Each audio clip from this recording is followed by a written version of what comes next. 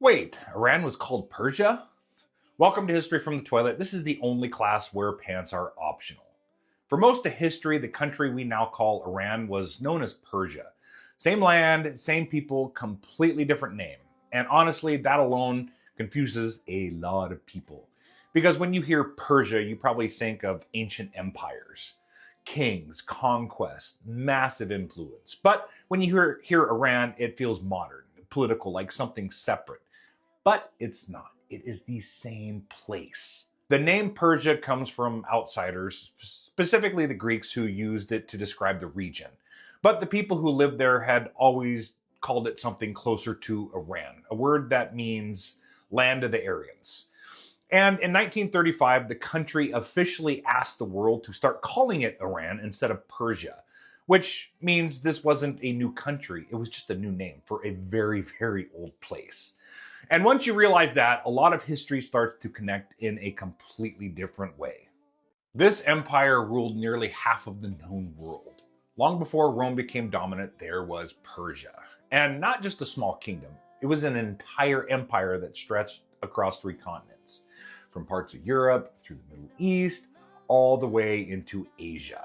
And at its height, it controlled around 40% of the world's population, which is hard to even picture. Because today, no single country even comes close to that. And honestly, it shouldn't have worked the way that it did. Different languages, different culture, massive distances. That kind of size usually falls apart. But Persia did something a little bit different. Instead of forcing everybody to be the same, they allowed people to keep their own customs, their own religions, and their own way of life.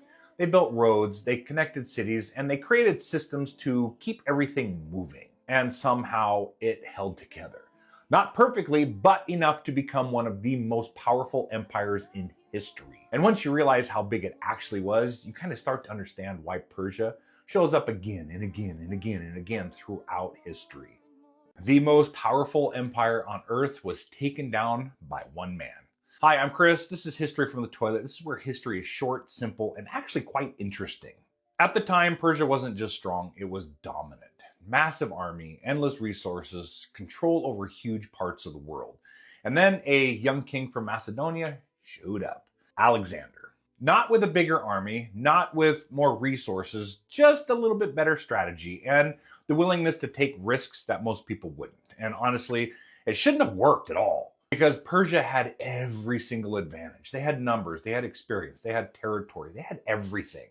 But battle after battle, Alexander just kept winning. Not easily, but consistently. And eventually, he did the unthinkable. He defeated the Persian Empire, one of the most powerful forces in the world, brought down by somebody who really shouldn't have stood a chance.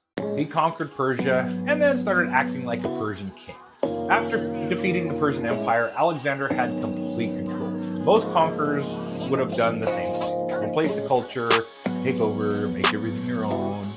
But he didn't. Instead, he did something that confused a lot of people. He adopted the Persian customs. He wore their clothing, he kept their officials in power, and he even expected his own men to follow Persian traditions. And honestly, they hated it. Because to them, this wasn't a victory. It felt like he was becoming the very thing that they had just defeated.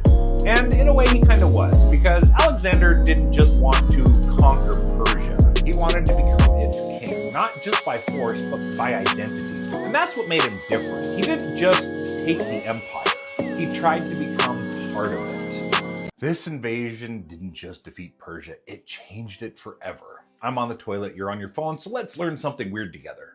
By the 600s, Persia had already been through a lot. Years of war, internal struggles, a weakening empire, and then a new force appeared. Armies from the Arabian Peninsula, driven by something bigger than just expansion. At first, it didn't seem like a match. Persia had been one of the most powerful empires in the world. But this time, it was slightly different. Battle after battle, Persia lost ground. Not all at once, but very, very steadily. And eventually, the empire fell. And honestly, this wasn't just another conquest, because what followed didn't just change who was in power, it changed the culture, it changed the language, and it changed the religion.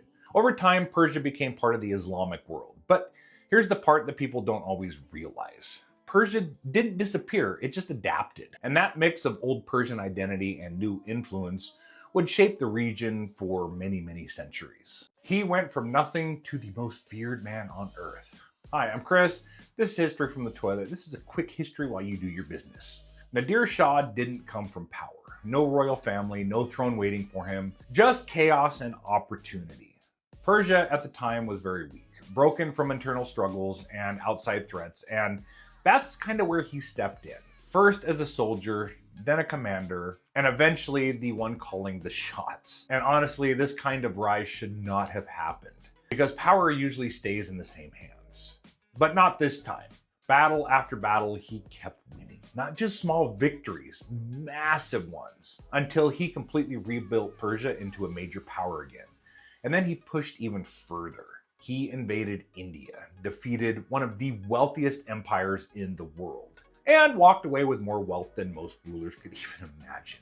And just like that, somebody who started with nothing became one of the most feared rulers alive. He didn't just win the war, he took everything. After defeating one of the richest empires in the world, Nadir Shah didn't just walk away with victory, he walked away with his wealth.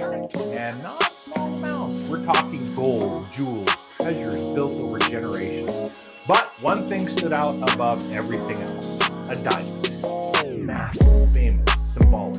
And honestly, it wasn't something you just take. It represented power, status, control. But after the defeat, it changed hands. Not through trade, not through agreement, but at sword point. And just like that, something that once belonged to one empire became part of another. And that's the part people don't always think about, because history isn't just about battles. It's about what gets taken and who ends up living it next. One of the earliest monotheistic religions started in ancient Persia. Hi, I'm Chris, and this is History from the Toilet. Long before many of the major religions that we know today, there was Zoroastrianism. It began in ancient Persia, thousands and thousands of years ago. And at its core, it had a simple but powerful idea. One main God, good versus evil, and the belief that your choices actually matter. And honestly, that might kind of sound familiar, because many of those ideas show up in religions that came later, which is why some historians believe its influence spread far beyond Persia. But here's the part that people don't always realize. This wasn't a small belief system.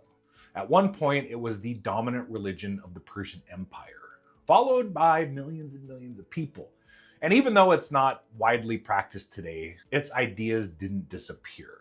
They carried forward and became part of something much bigger.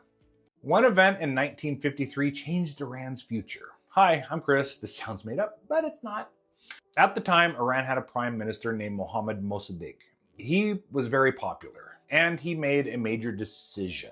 He moved to nationalize Iran's oil, which meant taking control of it away from foreign companies. And honestly, that decision had consequences, because oil wasn't just business. Oil was power. And what happened next wasn't simple. In 1953, Mossadegh was removed from power, and the Shah returned as the central authority. And that moment didn't just change the leadership, it changed direction. Because from that point on, the country moved down a very different path. And the effects of that shift are still part of the story today.